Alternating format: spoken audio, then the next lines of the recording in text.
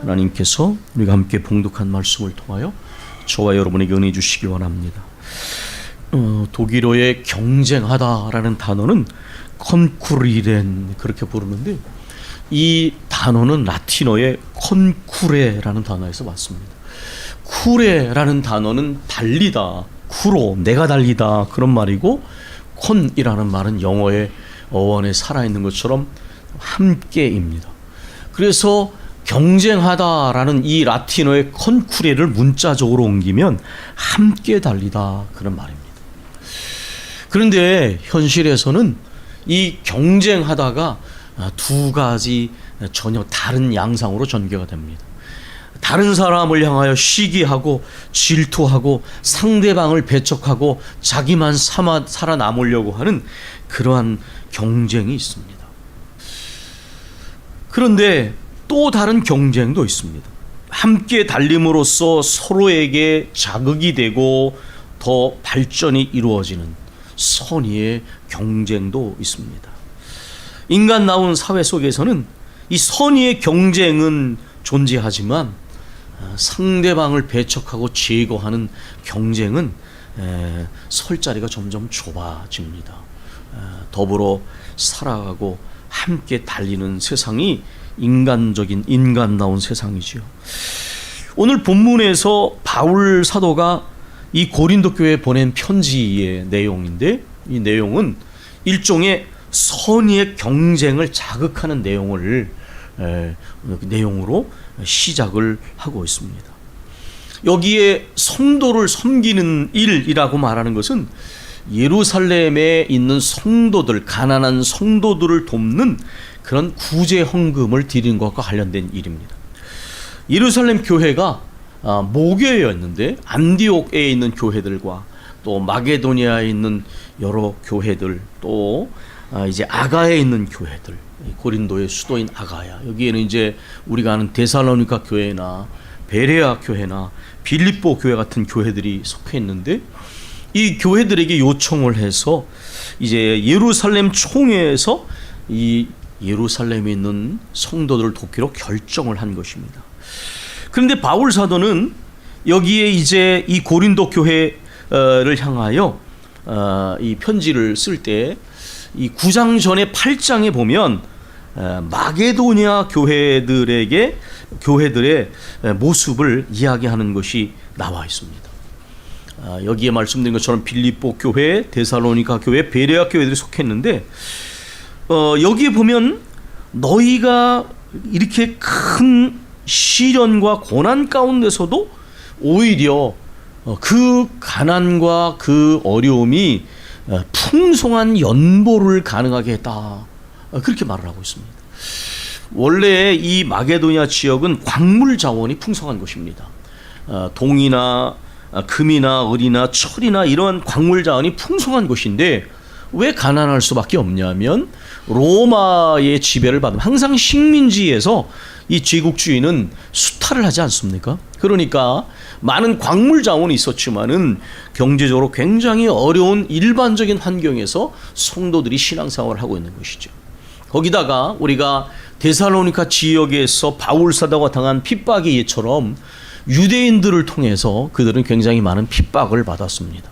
경제적으로 어렵고 신앙으로 인하여 핍박을 받는 그런 상황이었지만은, 그럼에도 불구하고 그들은 그러한 극한 시련 가운데 오히려 연보가 넘쳤다. 왜 그렇습니까? 구원받은 데에 대한 넘치는 기쁨이 어려움보다 컸기 때문입니다. 우리가 잊어버리는 것들 중에, 한국교회가 잊어버리고 있는 것들 중에 진리에 의한 감동이 점점 적어지고 있는데, 왜냐하면 말씀을 벗어나거나 적정한 짬뽕 혼합주의 말씀을 전하기 때문입니다. 성경은 있는 말씀 그대로를 전하면 분명한 기쁨을 줍니다. 구원받은 데에 대한 기쁨 때문에 그 고난과 가난 가운데서도 이렇게 어려움 당한 성도들을 향한 헌금을 넘치도록 드렸다라는 것입니다. 우리가 예전에 정말 70년대, 80년대, 90년대가 생각하면 한국교회가 이랬어요. 한국교회가. 가난하고 어려웠기 때문에 정말 그때 드리는 헌금은 가난한 성도들의 헌금이 참 많았어요. 그러나 구원받은 기쁨, 믿지 않는 남편한테 핍박받고 믿지 않는 가족들의 핍박받으면서도 구원받은 기쁨이 컸기 때문에 하나님의 위로와 소망을 늘 경험하며 살았기 때문에 하나님께 드리는 것을 아까워하지 않았던 것입니다. 여기에 연보라는 단어는 하프로테토스라는 단어인데 문자적으로 단순함, 한마음됨, 신실함 이런 말이 의미를 가지고 있는데 다른 사람의 필요를 채워주기 위해서 그러한 단일한 목적을 가지고 한 마음으로 모아진 헌금, 이 문자적으로도 잘 맞는 내용입니다. 여기 보면 이들이 힘대로 힘에 지나도록 연보를 드렸다 그랬습니다. 보통 사람들이 뭔가 지출을 할 때는 두 가지를 생각합니다. 내 필요 경비를 먼저 생각하죠. 생활에 꼭 필요한 경비들. 그 다음에 미래를 뭔가 위험에 대해서 대비하는 저축이라든가 무슨 보험이라든가 그런 것을 하죠. 그런데 이 마게도니아 교회들은 힘에 지나도록 했다는 겁니다. 힘대로 할 뿐만 아니라 힘에 지나도록 했다. 이런 걸 다 고려하지 않았다는 거예요. 철이 없어서가 아니라 구원의 은혜와 성령의 감동이 그들로 하여금 선한 일에 참여하기를 간절히 원할 정도가 됐다. 여러분 나중에 8장을 읽어보시면 이 마게도니안 교회들이 이 선한 일에 참여하기를 본인들이 스스로 간절히 원했다는 거예요. 경제적으로 보면 참 맞지 않은 얘기죠. 자기들도 쓰고 할 것이 부족한데 이렇게 나눈다.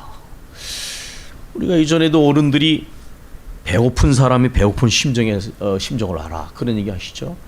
병든 사람이 병든 사람의 심정을 알아. 실제로 보면 어려운 시절을 경험하고 그걸 잊지 않고 그때 누군가의 고마운 경험을 잊지 않는 분들은 다른 사람들을 향해서 마음 자세가 다르더라고요. 그런데 배부르고 나서 자기 배고팠던 시절, 자기가 배고팠을 때 밥 한 그릇이라도 누군가의 신세진 걸 잊어버리는 사람은 변질이 되더라고요. 옛날의 순수한 모습하고 좀 다름. 그러나 구원의 은혜와 성령의 감동을 받으니까 하나님 앞에 이 성도 섬기는 일에 이걸 은혜라고 표현해요. 은혜. 이 은혜의 내용이 바로 그런 것이거든요. 나누는 것입니다. 이 일에 자원하는 심정으로 간절히 구했다 그랬습니다. 바울 사도는 물질의 문제가 사단이 틈탈 수 있다는 걸 잘 알고 있었어요. 그래서 여러분 바울은 자비량 선교를 했잖아요. 그리고 이 거액의 헌금이 왔을 때 혹시라도 이게 회방거리가 될까 되게 굉장히 조심했다. 8장 20절에 그렇게 말하고 있어. 당연히 하나님께 드린 물질을 사용하며 관리하고 사용을 아주 조심하지 않으면 사단이 틈타는 거 당연한 것이지요. 선한 일에도 조심해야 된다. 바울은 그렇게 말했습니다. 그런데도 불구하고 바울 사도는 여기에서 이 일에 대하여 아주 적극적으로 말하고 있습니다. 왜냐하면 이것은 거룩한 감동으로 이루어진 일이기 때문에. 보통 이 본문을 교회의 헌금을 많이 모으기 위해서 사용하면 이 본문의 의도를 왜곡한 것입니다. 헌금이 이렇게 많이 드려진 것은 결과이지 목적이 아니었어요. 우리가 직분을 드릴 때도 직분 받기 위해서 돈을 내는 그것, 직분을 받고 나서 헌금을 드리는 것도 형식만 바뀌었지 내용은 바뀌지 않은 게 되게 많다는 거예요. 그냥 힘대로 모아서 얼마 드리고 은원하지 마십시오. 그거 옳지 않은 거예요. 없는 사람에게는 단돈 10,000원도 어려운 겁니다. 있는 사람에게는 100,000원도 별 금액이 안 될지만 그저 성령 안에서 순수한 마음으로 기도하면 그대로 드리는 것이. 미리 드리니까 욕을 먹으니까 직분 받고 나서 드리는 것은 눈가림하는 것밖에 되지 않는 것이요. 그것은 옳지 못한 것이요. 하나님 주신 마음대로 선한 마음으로 드리고 성령의 거룩한 감동으로 드린 결과물이 풍성하게 된 것이지 풍성함을 목표로 두고 헌금을 드린 거 아니었다는 거예요. 하나님 앞에서는 계산하는 거 아주 옳지 않은 것입니다. 이들이 거룩한 감동으로 했기 때문에 바울은 이렇게 말합니다. 먼저 자신을 주께 드리고 또 하나님의 뜻을 따라 자신을 우리에게 주었다. 이건 영적인 순서를 말한 겁니다. 우리가 하나님의 자녀가 되었다는 말의 의미가 뭐냐? 나를 당신께 드립니다. 내 삶을, 내 가진 모든 것은 하나님 것입니다. 그런데 말은 그렇게 하지만 여전히 내 것입니다. 하나님 앞에 자신을 드리고 하나님의 뜻을 따라 자신을 성도 섬기는 일에 내어놓았다. 그렇게 말을 합니다. 오직 너희는 믿음과 말과 지식과 모든 간절함과 우리를 사랑하는 이 모든 일에 풍성한 것 같이 이 은혜에도 풍성하게 할지니라. 이렇게 권면을 하고 있습니다. 하나님을 향한 진실한 믿음, 또 덕세우는 말, 또 거룩한 지식과 모든 간절함, 성도를 사랑하는 모든 일에 정말 풍성해지기를 바라는 것입니다. 이런 모든 일을 자신을 내어놓아 풍성하게 만든 분이 먼저 계신데 바울은 바로 그분이 그리스도다 말하고 있습니다. 우리 주 예수 그리스도의 은혜를 너희가 알거니와 부요하신 자로서 너희를 위하여 가난하게 되심은 그의 가난함을 위하여 너희로 인하여 너희로 부요케 하려 하심이니라. 하나님의 아들이신 그분이 왜 인간의 몸을 입고 오시고 중죄인이 저는 지는 십자가를 지었습니까? 바로 그것은 양으로 생명을 얻게 하고 더 풍성하게 하려 하시는 그러한 우리 주님의 마음으로 인해서 일어난 일입니다. 바울 사도는 이렇게 성도, 어려운 성도를 향하여 이렇게 사랑의 물질을 드리는 것은 이 나눔을 통하여 평균케 하려는 것이다. 그렇게 말하고 있습니다.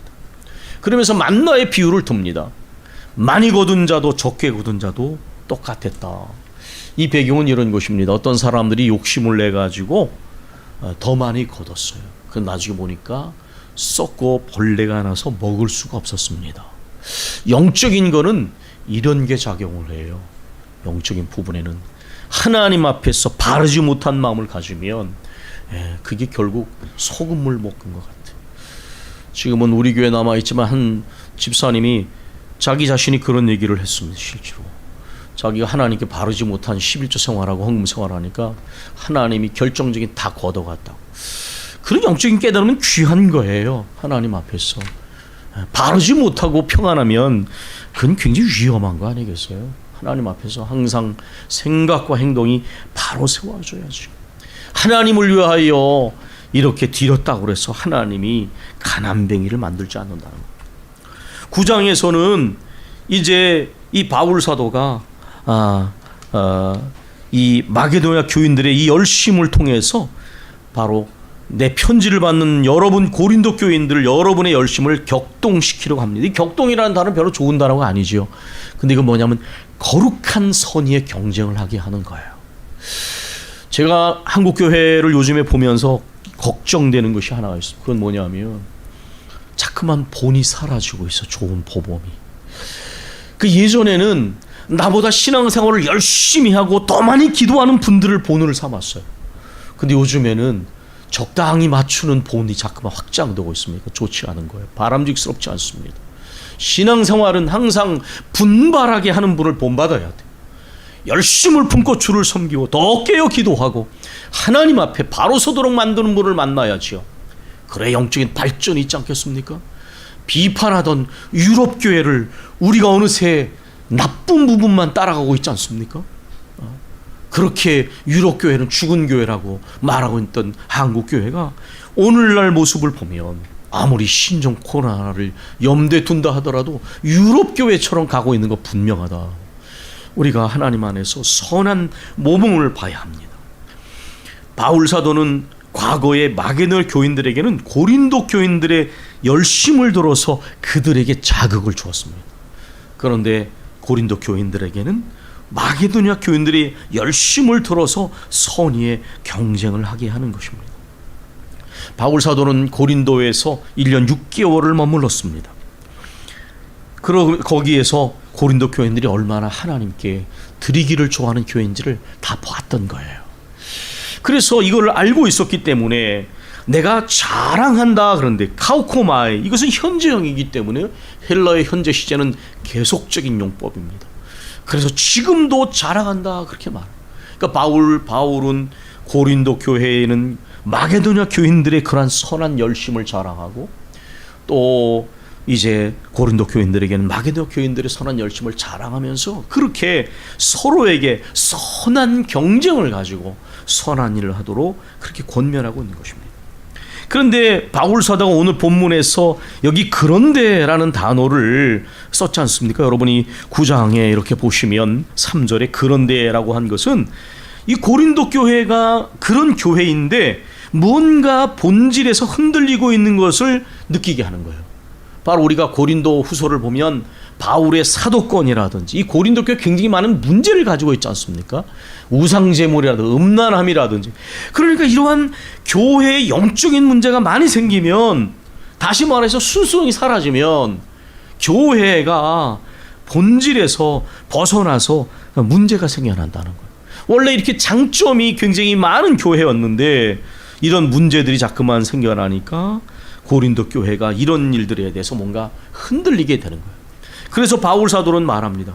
이제 내가 머지않아 여러분을 방문할 건데, 원래는 이제 여러분이 모금한 헌금을 가지고 예루살렘 교회가 전달할 계획이었는데, 내가 만약에 그때 여러분과 함께 갈 때에 마가도냐 교인들이 아마 동행을 할 텐데 여러분이 준비되지 않은 것을 보게 되면 나도 여러분뿐만 아니라 나도 아주 부끄러워질 것이다, 이렇게 말하는 거죠. 이거는 거짓말을 한 것처럼 되지 않겠습니까? 그래서 바울 사도는 디도와 일행을 보내서 이제 이 약속한 헌금을 미리 준비하도록 하라고.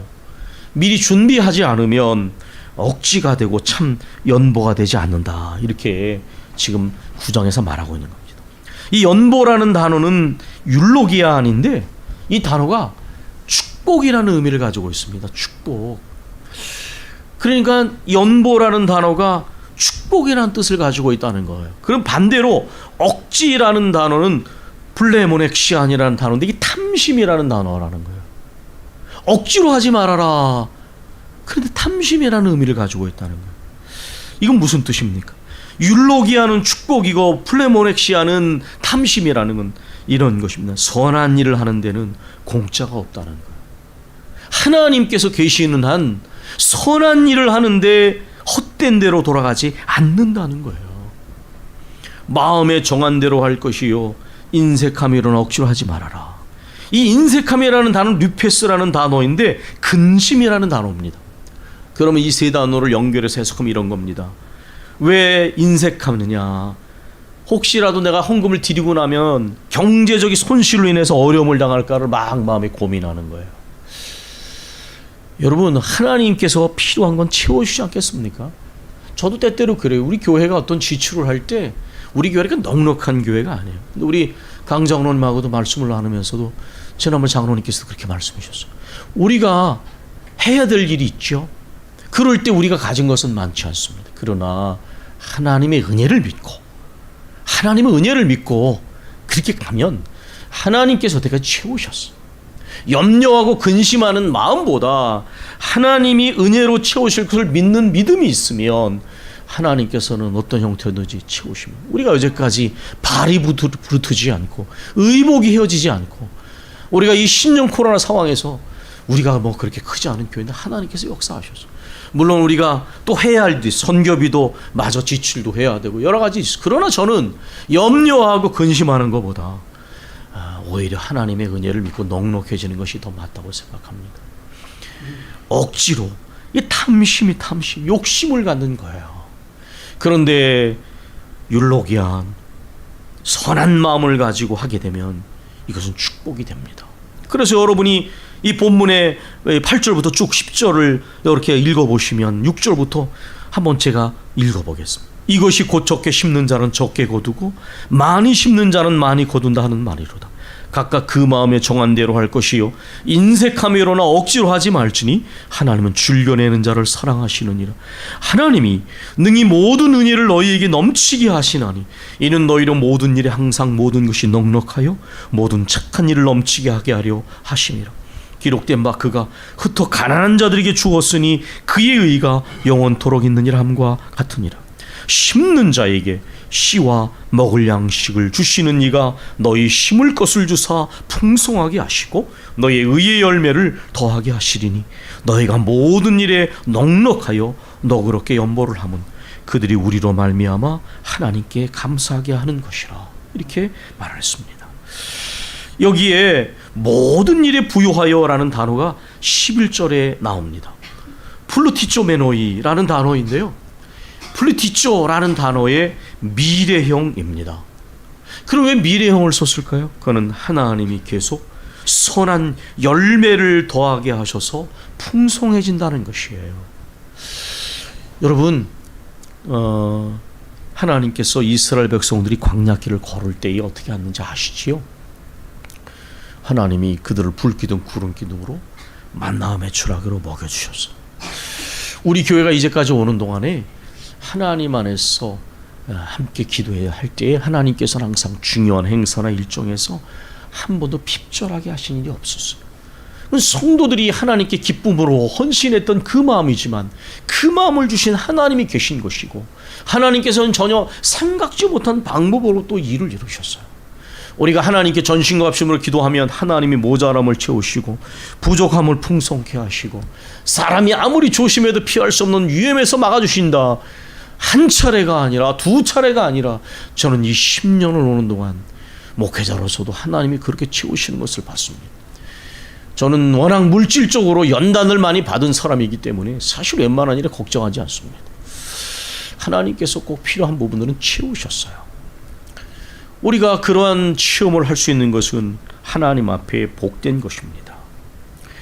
우리가 하나님 앞에서 성도들의 부족함을 채우는 그것과 하나님께 드리는 많은 감사의 넘침은 동전의 양면 같은 거예요. 하나님의 은혜가 감사해서 성도들을 향한 사랑이 인색함으로가 아니라 흘러 넘치게 되는 것입니다.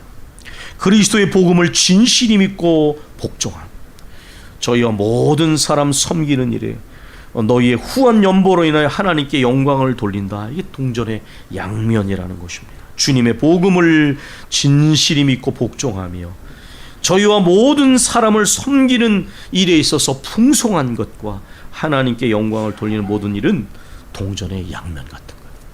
신앙이 병들거나 율법적이 되면 어떤 특징이 나타나냐면 이것과 따로 이것 저것이 분리된 채 움직여집니다. 그러나 하나님께 마음이 순수해지잖아요. 그러면 여러 다양한 것들이 한 마음에서 나오게 되기 때문에 혼란과 충돌이 적어져요. 영적으로 병들면 행위에 모순과 분열이 일어납니다. 마음이 충돌을 하고 때때로 죄의식이 자꾸만 생겨나요. 왜냐하면 마음이 나눠져 충돌을 하기 때문에. 근데 우리가 하나님을 향한 진실한 믿음과 순종에서부터 이웃과의 관계에 선한 행동이 나오면 거기에는 모순과 충돌과 분열이 점점 사라지게 되는 것이 영적인 논리라고 표현한 그 비밀인 것입니다.